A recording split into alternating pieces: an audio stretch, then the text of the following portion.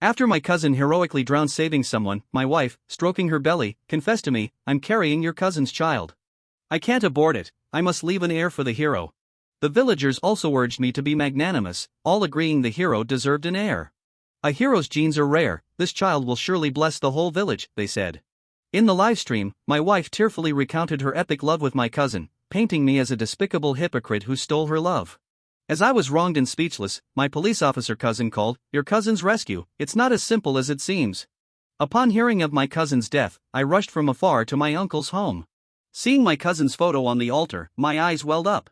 Though my cousin had been a troublemaker since childhood, bullying me mercilessly, the blood tie still brought tears to my eyes.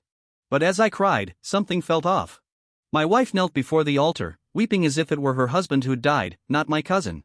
I scolded myself for the thought. My wife Sophia was naturally sensitive, crying was expected. Sophia, with eyes swollen like walnuts, noticed me after a long cry. My heart ached as I reached for tissues to wipe her tears. "Why cry so bitterly?" She turned away, glanced nervously at my cousin's photo, and said, "Michael, I need to talk to you. Let's go inside." Though puzzled, I followed her into my cousin's room with the aunt's permission. Sophia sat on the bed as if she'd been there countless times, completely at ease. "Michael, I'm pregnant," she blurted. My mind went blank. Once I processed it, fireworks exploded in my head. Truly, is it real?" I stammered, clutching the bank card in my pocket, brimming with unexpected wealth. I envisioned a future where I no longer had to toil selling the villagers' fruits, where I could stop driving trucks and stay home for my wife. I'd pave the muddy village road with cement, build a livestream base to sell our fruits online, tear down the old house to build the villa Sophia desired, and even planned which room would be the nursery. 2 months, she said. 2 months? 2 months ago, I was still driving trucks outside. My happiness vanished instantly, anger rushing to my head. "Whose is it?" I ground my molars. I yanked her wrist. Sophia's tears fell. "Your cousin's," she whispered. A thunderclap split my mind. Just moments ago, I thought fate favored me, now, I felt life's utmost irony. I shook my head violently, backing away. I wanted to slap Sophia but held back, considering her pregnancy and gender. I wanted to smash things, but the room was filled with my cousin's relics. Clenching my teeth, my face twitched. At my wit's end, I punched my head repeatedly, venting my frustration. Only I, orphaned and unloved, suffered alone. "Have it aborted, Sophia. Let's pretend nothing happened," I choked out, tears streaming down. Part of me felt pathetic, but another part feared losing the small family I'd worked so hard to build. Sophia immediately clutched her belly, shaking her head through tears. "We can't be so heartless. This is the hero's child. I must leave an heir for him." Bitterness flooded me. Sophia had been bullied by my cousin since childhood, cowering before him like a mouse before a cat. Yet, somehow, they'd ended up together. With a bitter smile, I nodded. "Fine, then we divorce." Just then, my aunt burst in, pointing at me and scolding, "Do you know who your cousin saved? He's the village hero. Everyone, come judge this good-for-nothing Michael, born of a mother who abandoned him, wants to make my son childless." Mourners outside poured into the room, gawking at us like a spectacle. I, the innocent one, felt shame. "Aunt, is shouting glorious? Michael, a man must have tolerance." "The child will bear your name, you won't lose anything," my uncle said indifferently, as if discussing someone else's affairs. I clenched my fists. "Uncle, if David weren't your son, could you endure this?" My uncle grabbed a stool to hurl at me. "You untaught brat. Your cousin's a hero, how dare you slander him?" Others restrained him, while village aunties who'd watched me grow up pulled me aside, comforting. "Michael, we must have a conscience. Your uncle and aunt have only David. Now your cousin's dead, and your wife carries his seed. Once the child's born, you two can still live happily," they urged. I looked at tearful Sophia, my furious uncle and aunt, and the villagers sighing in disappointment. "I'm not stopping her from having the child, I just want a divorce," I said. The room erupted. "Michael, a man must be responsible. If you divorce Sophia, how will she raise the child alone?" My throbbing head finally cleared. They wanted not just to force me to wear the cuckold's hat but to wear it for life. "Is the child even mine? And I'm supposed to raise it?"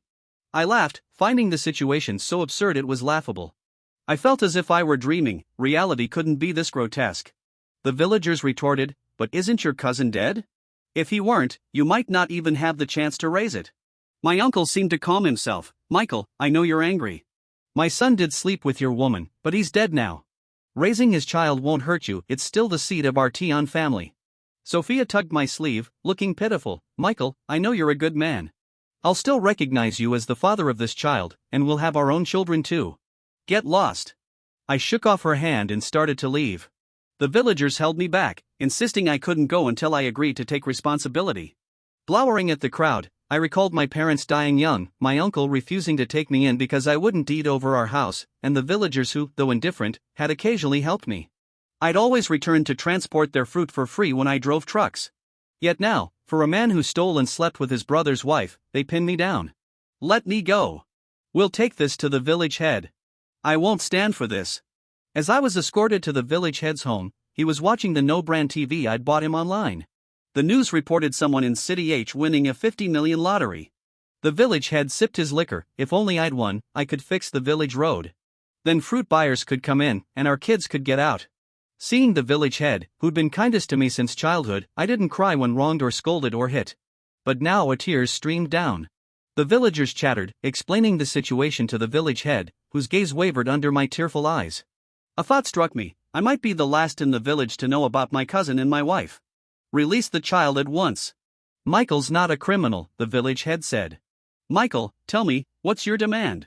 Like finding an anchor, I steadied my trembling voice to sound mature. Since Sophia won't abort the child, a peaceful divorce is all I ask. The villagers erupted again, accusing me of irresponsibility, of dooming Sophia and the child to misery. If you pity Sophia, donate to support her, I said. The noisy crowd fell silent. Even the child's grandparents, my uncle and aunt, stood mute. The village head coughed, seemingly finding the villagers' behavior absurd, then follow Michael's. Good fortune comes. Before the village head finished, a counterfeit elderly phone blared. The loudspeaker voice was audible even without speaker mode. It was the intermediary I'd hired to handle the road construction.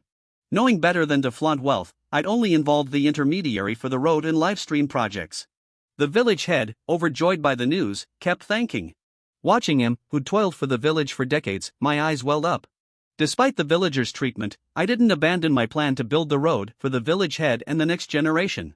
After the call, the village head's joy lingered as he looked at me awkwardly. Michael, perhaps it's better to let it go, he said. My face drained of color. What do you mean, village head? Can't we tarnish the hero's legacy? Do you know who your cousin saved? The village head grew solemn. The daughter of a listed company's chairman, who owns a beverage factory. They'll be grateful and buy our fruit. And since your cousin just died, someone's offering to pave the road. It's clearly a gesture of gratitude. I found the irony bitter. Though I knew better than to flaunt wealth, I still roared in anger. It's me who's offering to build bridges and roads for our village. The villagers laughed, as did Sophia. Michael, do you know how much road construction costs? You're just boasting. I could say I won the 50 million. The village head sneered, revealing yellowed teeth. Many muttered that I must have gone mad from the shock. Michael, if you still see me as an uncle, just agree. Reporters will interview soon, and you mustn't tarnish our village hero's name, the village head urged. How ironic, the villagers I'd cared about after my lottery win thought so little of me. I won't agree. Rather die than be a cuckold. I declared. I threatened to sharpen a kitchen knife at their doorsteps if anyone forced me to acknowledge the child. The village head's once kind face darkened. Michael, your parents' graves are still in the village. I never expected the villagers would go to such lengths for David's reputation.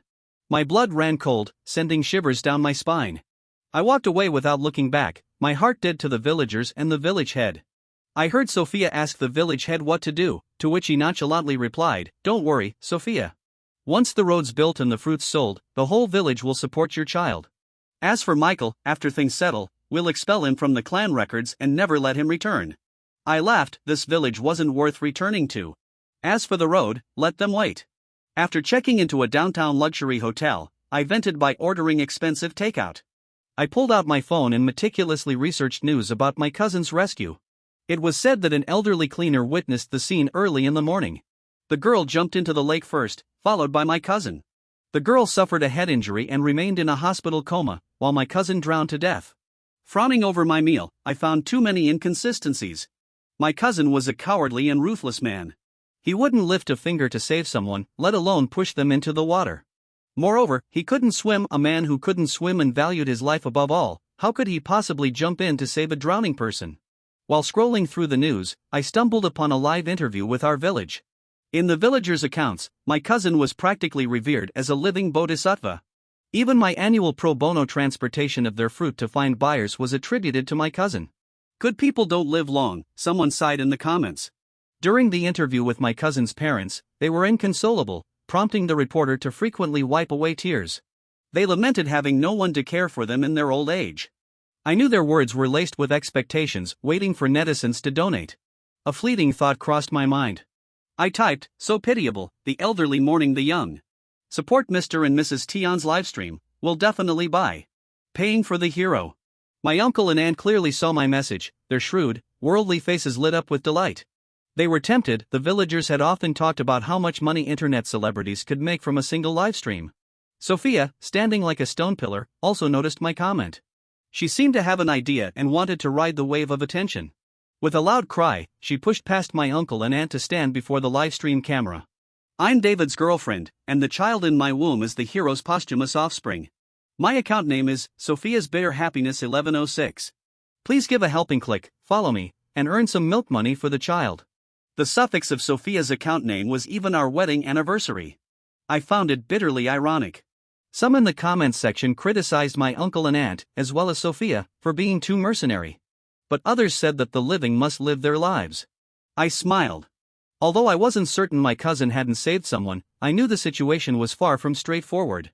As long as they dared to livestream and sell goods, things would get interesting. The biggest mystery was this: if the girl had truly attempted suicide by jumping into the river, her wealthy and influential parents would have come forward to thank the savior, even for the sake of their reputation. After much deliberation, I hailed a taxi and headed straight to the hospital where the girl was staying. After several days of waiting like a hunter by a tree, I finally spotted the girl's father arriving at the hospital. Leaning against his car and playing with his phone, the driver offered me a cigarette. "Bro, how do I get to the inpatient department?" The driver took the cigarette and pointed in a direction. "Whoa, your car must be worth $1 million or so. You're really young and accomplished." The driver waved his hand. "I'm just a driver for someone else. Hey, they say before illness, all are equal regardless of wealth." The driver smiled subtly. "It's not illness. My young lady jumped into the river a while back and was rescued." I feigned surprise. "With such wealth and nobility, she still attempts suicide? Your boss must be truly grateful to the rescuer." The driver looked around, then mysteriously lowered his voice. "My boss's daughter couldn't possibly have attempted suicide. He's an only child, pampered since birth with enough money to start another company. Lack of love? Impossible. My boss would rather forego a major deal than miss his daughter's birthday. So the rescue has always seemed suspicious to him."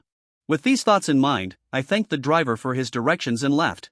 After walking a distance, I called my cousin at the police station. After listening to me, my cousin said, "That boss had us investigate privately, but that area is a blind spot for surveillance." After pondering the terrain there for a moment, a bright idea struck me. "Bro, the riverbank where drivers often park their cars, look into that lead." My cousin agreed, and I returned to the hotel. Upon turning on my phone, a live stream by Sophia's Bitter Happiness 1106 popped up. Behind her, a banner read, "The wife of rescue hero David's live stream room." The shopping cart was filled with fruits grown by villagers, and both the villagers and Sophia kept thanking the audience for placing orders. Sophia was tearfully recounting her epic love with my cousin. I opened the shopping cart and saw 100 yuan for 5 jean of oranges. I couldn't help but whistle in disbelief. They were truly bold. Normally, the poorly maintained roads made it impossible for buyers to come and collect the fruit; it would rot in the fields. I was the one who drove them out to sell. I felt an overwhelming urge to distance myself from them as much as possible. When I contacted someone to exhume my parents' graves, the village head arrived with a group of people. "Michael, you heartless bastard, even digging up your own parents' graves?" I smiled coldly, meeting the village head's gaze. "Wasn't it you who first suggested exhuming them? Today, I shall move them. From now on, I, Michael, shall have a name but no surname.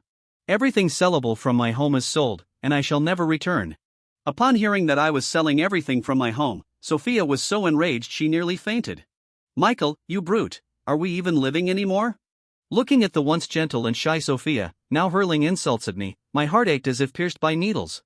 But when I glanced down at her slightly swollen belly, I recalled how, while I was striving to build our family, she had been intimate with another in the home I worked so hard to establish. A wave of disgust and nausea washed over me. Cousin's wife, How is selling my own family's possessions any of your concern? Sophia seemed to realize I was serious this time. For a moment, panic flickered across her face before she stepped beside me and whispered, "Husband, I know you've always been a good man. I did it to leave an heir for my cousin and to help the villagers sell their goods. Can't you be more magnanimous?" I pushed her away. "Get lost, don't make me sick. I have one demand, divorce. You, Sophia, leave with nothing. Otherwise, I'll expose our marriage certificate online." Sophia's face turned pale with anger, and the villagers, fearing the impact on their fruit sales, immediately began to persuade her, "Sophia, we all know you're a good person. If leaving with nothing is what it takes, so be it. Why fear him?" Seemingly recalling the money she had earned in the past few days, Sophia straightened her back, "I don't care for your stinking wealth." As soon as the 30-day divorce cooling-off period ended, I breathed a huge sigh of relief with the divorce certificate in hand. The 50 million I had won in the lottery would now have no connection to Sophia or the villagers. "My cousin also called me. The story of your cousin saving someone seems fishy." My heart leaped to my throat. "What's going on?" Brother briefly recounted the ins and outs of the matter to me. Following my lead, he discovered a vehicle equipped with a dashcam that happened to be parked by the river during that time. The dashcam footage revealed that the young girl was jogging by the river first, and then my cousin, wielding a stone with ill intent, followed her. My cousin used the stone to coerce the girl into undressing. She, being of a fiery temperament, jumped into the river outright. My cousin, possessed by some sort of madness, despite not knowing how to swim, jumped in after her, only to begin sinking immediately in the river. Several times he flailed his arms, and the stone in his hand struck the girl's head. Just as I had anticipated, my cousin was more likely the type to push someone into the river rather than rescue them. "What did the boss say?" I asked. My brother, on the other end of the phone, replied, "The chairman is beside himself with rage. He had taken his family to your village's agritourism spot, simply to check out your village's fruits and explore potential cooperation. But then this happened. Not only does he want us to issue an announcement, but he also plans to hold his own press conference to expose the truth."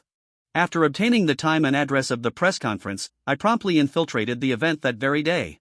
The boss first delivered a string of official remarks before preparing to play the video. As the journalist's lenses focused on the LED display, my hands trembled with anticipation. The truth was about to come to light. "Chairman, how can a man of your stature go back on his word?" The village head burst in with a group of villagers, creating a commotion, and my ex-wife Sophia was there live-streaming with a selfie stick. I logged into the stream incognito and noticed the chat flooded with messages condemning the wealthy for their lack of humanity. "Chairman, didn't you promise to build a road for our village?" The village head knelt right in front of the chairman. "Chairman, a single hair from you is thicker than our legs. We beg you, even if you don't wish to do charity, consider it for the sake of your daughter's virtue and to repay thee." "Chairman, you claim your daughter won't wake up because she hasn't thanked her savior." Listening to the village head's increasingly absurd claims, the chairman, a seasoned businessman, his face turned from red to black. Finally, the chairman sneered, "Then perhaps you should take a look at this video." As the video played, my uncle and aunt, seeing my cousin holding a stone, looked flustered. Parents know their own children all too well. The villagers immediately stepped forward, urging everyone to stop filming. Yet, the crowd was firmly held down by security guards, and even Sophia's livestream, which hadn't been turned off in time, broadcasted the video to all. During the video, question marks flooded the chat. After it ended, there was a deafening silence both at the scene and online. Eventually, the silence was shattered by a chorus of "RNM, refund." The village head squatted on the ground, first clutching his now whiter hair, then beating his chest and stamping his feet. "It's all over, completely over." The journalists, who had initially thought there wouldn't be any explosive news, suddenly found themselves in the midst of a sensational story. A village that not only harbored villains but also attempted to extort others. This label would stick to the village's name for many years to come. Once the crowd dispersed, I approached the village head. Sophia looked up at me, her momentary confusion quickly turning into a desire to throw herself into my arms and wail. "Husband, I was wrong. Get lost." I shoved her to the ground. My uncle and aunt immediately jumped up to scold me. "Michael, you ungrateful wretch, if Sophia loses the child from the fall, can you bear the responsibility?" Sophia, thinking of the monster growing in her womb, shuddered and began pounding her stomach. What inferior genes, unworthy of being born. The village head stared blankly at the chaos, and I didn't forget to whisper in his ear, "Village head, the person who won 50 million is truly me. I originally planned to build bridges and roads for the village." The village head gasped, his hands contorted like chicken claws, and saliva began to trickle from the corner of his mouth. He had suffered a stroke, and the crowd scrambled to dial 120 again. I glanced sideways at Sophia and my uncle and aunt. Their misfortune was yet to come. In the livestream, Sophia and the villagers tearfully lamented, claiming they had been deceived from the start into believing David was a hero. Then, they even paraded the village head out to play the victim. Our village head became so anxious about this matter that he suffered a stroke, they said. Many kind-hearted viewers in the livestream, thinking it wasn't a significant amount of money, decided to let it go. But how could I let them off so easily? Just as they were halfway through their apology, someone in the chat flooded the screen with, "This village is too explosive, go check out Michael's account."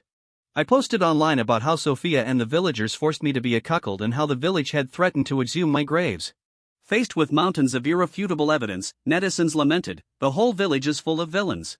But knowing I had started by driving trucks and helped my fellow villagers sell their fruit for free every year, everyone commented, in the entire village, only one good person emerged. Laugh at the joke, not the person, Big Brother is a real man. Many, upon hearing that I was forced to leave the village, offered to let me livestream and sell goods. I no longer feared revealing my wealth and being targeted. I directly posted my balance online, "Thank you all for your kindness, good people are rewarded." Sophia, watching my account in the livestream, exploded. Her eyes rolled back, and she fainted. My cousin told me that Sophia, overwhelmed with emotion, had a miscarriage. Upon learning about the loss of their precious grandson, my uncle and aunt confronted me in the city center. Fortunately, I had anticipated this and hired a group of bodyguards. Seeing they couldn't get close to me, my uncle and aunt began to act on sight. "Michael, you must give us 10 million now as emotional compensation, and 20 million as our pension. It's all your fault that our family line is broken." I sneered, "Aren't you afraid of spraining your tongues with such big numbers? If you harass me again, I'll have the chairman deal with you directly." The chairman had made it clear that if anyone from Happy Home dared to set foot in the city center again, he would have their legs broken. I found my uncle and aunt both foolish and malicious, while a pale Sophia came over and tugged at my sleeve. "Husband, can you forgive me? I was deceived too." How venomous. I returned her past words to her, "Of course not. We must have a conscience. You are the widow of my cousin, the cousin's wife." I emphasized the last phrase, cousin's wife, and Sophia couldn't help but cry out. I find human hearts treacherous, yet I still believe in the warmth of humanity. I set aside a portion of my lottery winnings, used another part to buy a house and a car, and invested the remainder in my cousin's village live streaming venture. When the live streaming base was completed, I attended the ribbon-cutting ceremony. Facing the flashing cameras of journalists, the people from Happy Home arrived once again. They tearfully described their misfortunes in front of the reporters. "Michael was raised by us. Without our care, how could he have grown up without parents? Now that we've offended President Lay, no one comes to buy our fruit. Michael has money to spend on other villages but won't look after those who helped him. Goodness me! How can there be such an ungrateful person?" I smiled sweetly as I watched them make a scene. Just as I was about to retort, my cousin, uncle, and fellow villagers stepped forward to protect me. "How dare you speak like that? At the time, because Michael refused to deed over the house to you, you all turned your backs on them. Michael was only 7 years old, alone and hungry, picking leftovers from your village's garbage bins. If I hadn't checked on him, I wouldn't have known he was surviving on scraps from your trash cans." Others laughed out loud. "Who doesn't know that your village is infamous for extortion? There's even a saying now, marry anyone but those from the extortion village." The villagers, embarrassed by my uncle's words, thought of their nearly rotten fruit and the refunded orders. Closing their eyes, they began to fantasize, "Michael, if you return to the village and donate another 20 million to build a live streaming base, and ensure annual dividends for every household, no less than 1 million each, we'll allow you to bring your parents' graves back and restore your name in the clan records." Each of them wore an air of confidence, certain that I would agree. I strode to the front of the crowd, looking at the faces that once expressed gratitude for my help in selling their fruit but now displayed arrogance and presumption.